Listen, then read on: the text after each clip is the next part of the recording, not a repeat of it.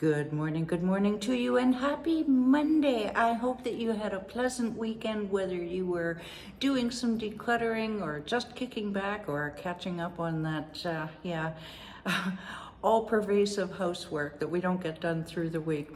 Whatever it was you were doing, I hope you had a pleasant one. I did a little bit of all three over the weekend, and it's nice to feel like you got the right things done, and that's what we help you to do here at declutterthebrain.com. Who am I? I am Kitti Andrews, and I help people, I help all y'all, especially entrepreneurs, to organize their space, streamline their thoughts, basically declutter their space and their brain so that they have optimum mental health and clarity and just all that we need to get, again, the right things done.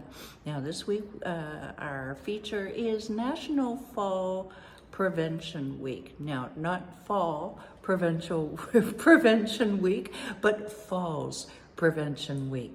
Now, before we get to that, I just want to give a special shout out to our viewers, all of you, and especially new viewers from last week. We have Jen, Cindy, Zubil in Malaysia. I hope I pronounced that correctly. And then, of course, clients Susan, Sarah, Michael, and Susie, who's a regular, Marion, Mary Noel in the UK, Diane in South Africa, and Jean-Claude in India. And a special shout out to Leslie, who, thank you, Leslie. You have a 99% open rate. And I appreciate you. I was amazed to see that. Yet I thought Susan was the winner, but this last week Leslie was the winner. So thanks to each and every one of you who watch via social media or YouTube or my newsletter. If you'd like a copy of the newsletter, we'll tell you how to get that in just a few minutes. Now back to our feature. Again, National Falls Prevention Week, which happens this time around about the third week of September every year. Startling statistic. The National Safety Council tells us that roughly 50% of people over the age of 60 who suffer a fall will wind up in a long-term care facility or no longer with us within a year of their fall. Now, I do have personal experience with this with my father and a close family friend, both of whom had falls and suffered either mini strokes or massive strokes. And what we want to do this week is look at common tripping hazards around the home, which is where a surprising number of falls occur, and look at how you or a loved one can avoid becoming one of these horrible statistics. Now, today we are looking at, what are we looking at here? Step lively. Yes, step lively. What do I mean by that? I mean your steps, your stairways.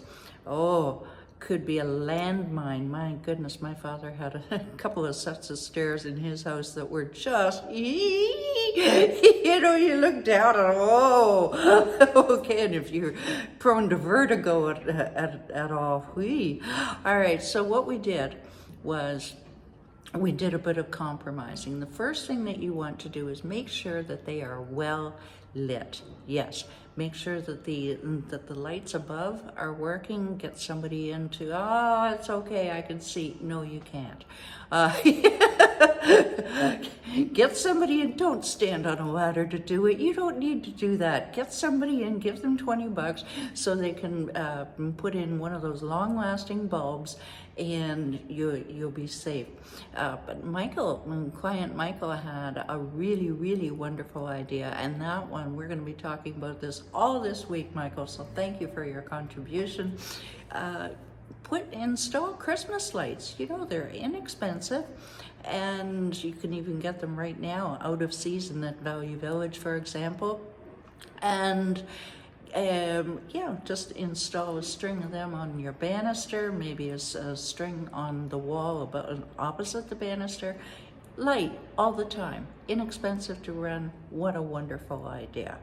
and make sure that they are clear, that they are obstruction free, that they're you don't need ornaments on your stairs. Okay, you just don't. Depending on the no, there is no depending. Just don't have them there. If you need to bring things up and down the stairs, put them off to the side so there's no way that you can trip over them.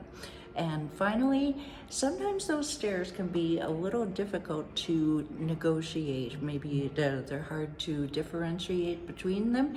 So what my father and I did was put tape on the edges of the stairs. Red is very good, or black, but one way or the other, delineate the steps from each other so that you can see. And especially down by the landing, it can be hard to go, okay, is that a step or a landing? Anyway, so to sum up, make sure your stairwell is well lit and keep it clear, and separate the steps one way or the other with some tape or some sort of marker or something. Thank you so much for watching, and tomorrow, have a nice trip, or not. Bye for now. Have a great day.